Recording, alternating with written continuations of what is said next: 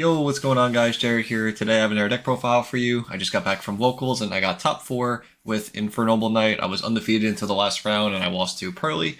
Yeah, the deck was really good. I really like the deck. I like this build a lot. It's something a little bit different. I was able to fit non-engine slots in this deck. I know that is usually the struggle, but I have good reasonings for the choices that I made of how this deck operates and what I think you need in certain situations, because you have to account for how many hand traps you can play through, what the most popular hand traps are, and what you need to be able, what cards you specifically need to be able to play through those hand traps. Because understanding that you do not need to go Isolde anymore to do a combo, I think is a very strong thing to recognize for the deck now, and especially in your deck building skills.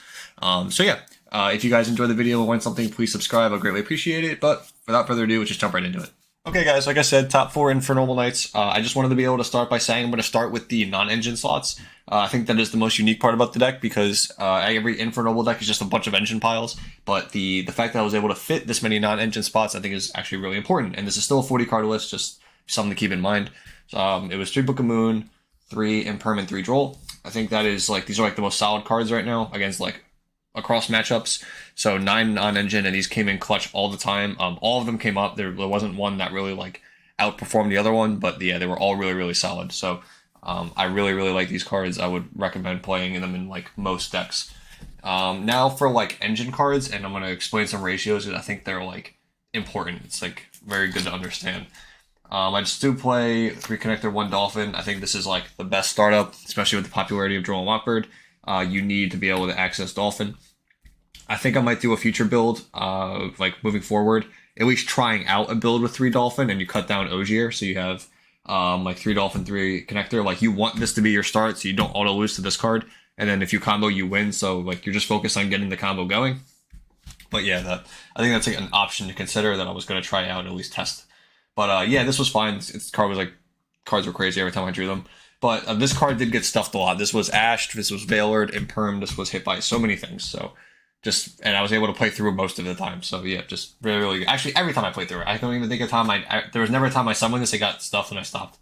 Yeah. And then the other normal summon I played was 3 Ogier. This was a card that I actually was it was really good, obviously, but I was considering it would be cutting this down to 2 Dolphins, 2 more Dolphins and 1 more Ogier. But the equip effect in Grave is super important, so I don't see myself doing that right now, but I'm going to at least test it for future tournaments. But this card is really, really good. Equipping from Grave is insane. Trigger Angelica and Foolish Burying. The combo with Renaud's really, really strong when you can do it in this build, but it's a little bit harder to do in this build. 2 copies of Oliver. So the reason you play 2, I'm upping this guy from other builds, is because if this card gets stuffed, he is the next best card to have. He's better than Renaud in this scenario because you need a level 1 tuner that you can special summon, which is himself. I know you have to discard a card, but it doesn't matter. Angelica's full combo anyway with him. So is completely fine to just have this and this. So even if this gets stuffed, you can still do full combo, and works perfectly fine. So this is a very strong extender. I think this is better than Renaud as an extender. Personal opinion. That's just from my testing and playing through hand traps and getting hand trapped and stuff has led me to. Magus, I think this card is really, really good. Being able to recycle your engine, and if you my board got broken 2 or 3 times, and this card recycling everything, it just was free. You just don't yeah, they can break your board, but you don't lose. Then you just keep playing the following turn, and you recycled most of your stuff, and then you do it again on your turn when you start playing, because you can just equip from graveyard, and then you get 2 extra draws, recycle everything. So it was perfectly fine. So this is starting with this is all the 1-ups. 1 Renaud. This is super weird, I know, but this is the worst extender. I want him for combos. I don't want him as a starter.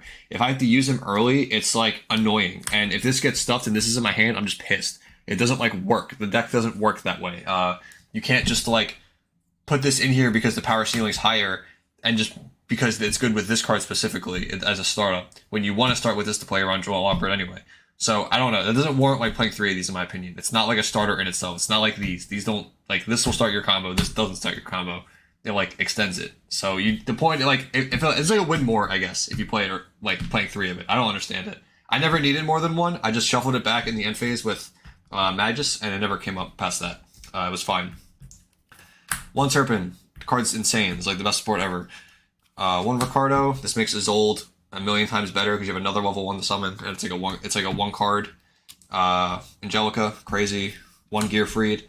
I bricked on this card one time. I know in past Infernoble Knights deck lists, I like 3 of this card, but there was a different format and a different time where hand traps I think were way bigger, and you can do a lot more. Now you have so many ways to get to Durandal. I don't think you need 3 of this card. I really don't. I think you can just get away with play because you can even end on like a mediocre board, and it's still fine. Like even if you just end on like Gear Freed or like an At Charles the Great or anything like that, with like some like non-engine, like you're fine. You don't have to do like a crazy amount. You can just continue playing the following turn. So this deck has so many ways to keep playing. The best extender by far is Fire Flint Lady. Once you realize that you can just combo if this gets stuffed, or you have this, like you just win. This works with everything. You always want this card. Like I feel like this is in my hand. I'm playing through at least a hand trap, no matter what. Like every time, it's broken. And the fact that it can summon from hand is like this cute little bonus effect that can help like reshift your hand into like being able to make like an Angelica maybe without going into his old or playing through something. It's so good. This card's so nuts. Like I want this all the time. Like this plus this, I feel like there's like no hand trap that beats it. It's insane.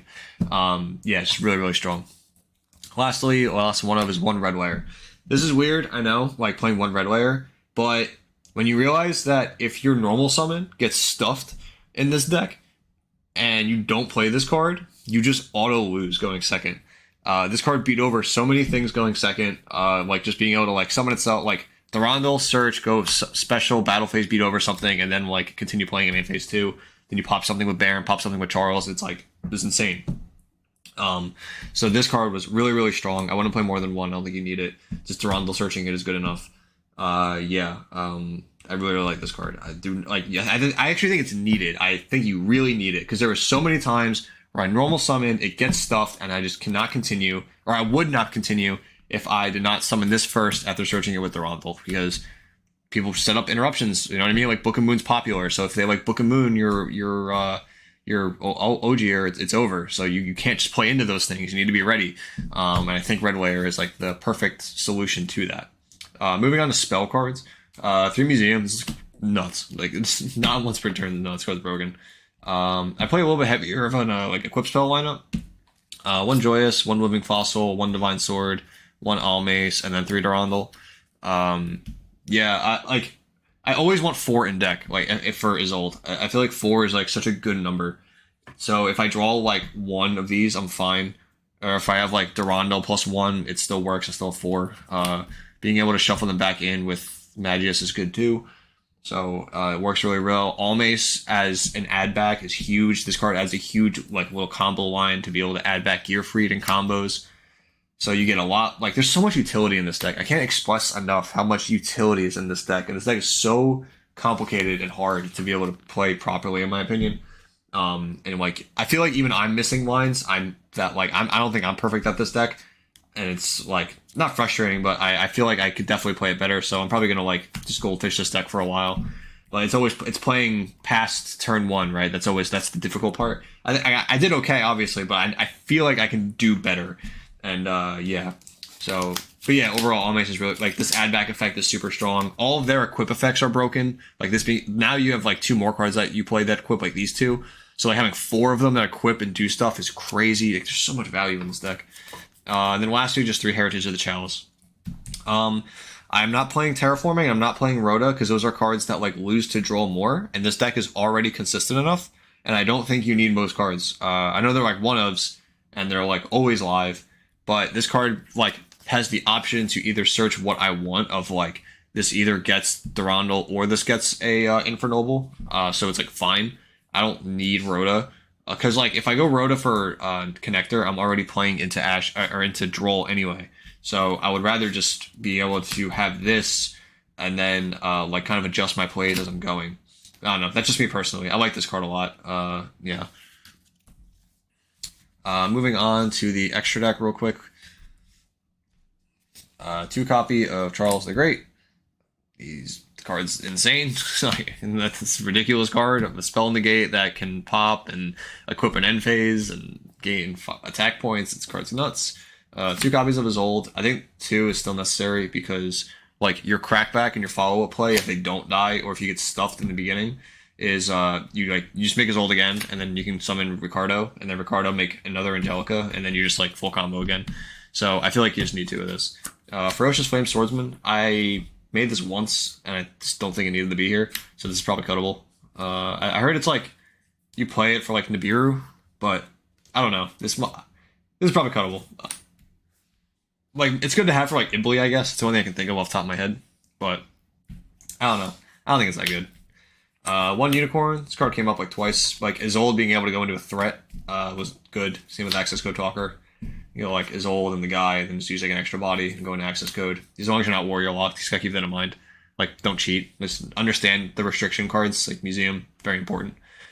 That's it for the Link monsters. For Synchros, 2 Angelica. This card is insane. This card is what allows you to combo without Isolde. The fact, like, this card resolving by itself is like if you make Angelica with like any of like this, or Turpin, I'm like fairly certain it's like double Alexander the Great, possibly Gearfried still, which is nuts. That's just a level 5 synchro. That's like, what is it? What was her name? Lib? Like that's like Lib levels of synchros of like level 5 synchro going to double spell. It's like double spell and trap negate, possibly monster negate, and a pop, and you draw on the end phase. Like that's so nuts. And I feel like it's very like undervalued of how this card works. And like you should be playing around this card more, and not just Isolde. Like Isolde is now like, I don't know, this card was kind of like bait. I'm not gonna lie. I feel like I'm like go Isolde, and then they hand trap it, and I'm like, all right, cool, make this anyway, and then just kill you because like this card isn't required for the combo. It just kind of like sets it up nicely. One Roland for the combo. There is some lines where you hard make this. It's very rare, but it does come up. Just something to keep in mind, I guess. This guy, I never made him. He might be cut. I don't know yet. Charles, card's broken. Baron, this card's broken. Battle Boxer Dempsey. This is the rank 4 choice I chose. So it turns out, from my understanding, was I don't need the rank 4 Noble Knight Exceed. Arturagus, I believe his name is. If you have Dempsey, you just don't need him. Whoopsie. Because so the Arturagus line is specifically for the like if you just connector, and because Dempsey exists, you don't need Arturagus for that line. You can just go Dempsey instead, and the combo still works. So you don't need this. I might do a if you guys want, I might do a quick combo video for this deck too, because I think it's like kind of important to know how like some of these combos work. Yeah, Dempsey's just like a good replacement, and you don't have to play like that card. And it's a Fire Warrior, so it's better, more important, it's generic too, so you can use like other stuff too if you need to. Yeah, just a good card. And then one Zeus. Having Zeus be a threat is super good for going second, obviously. Obvious reasons. So you can just like catch people off guard with it, and you don't even have to like a lot of people won't expect it, I guess. Like going second is this deck's like weakest point. So like if you put in cards that are good for going second, like Droll Imperm, Book Imperm Droll, and then you have like Zeus threat.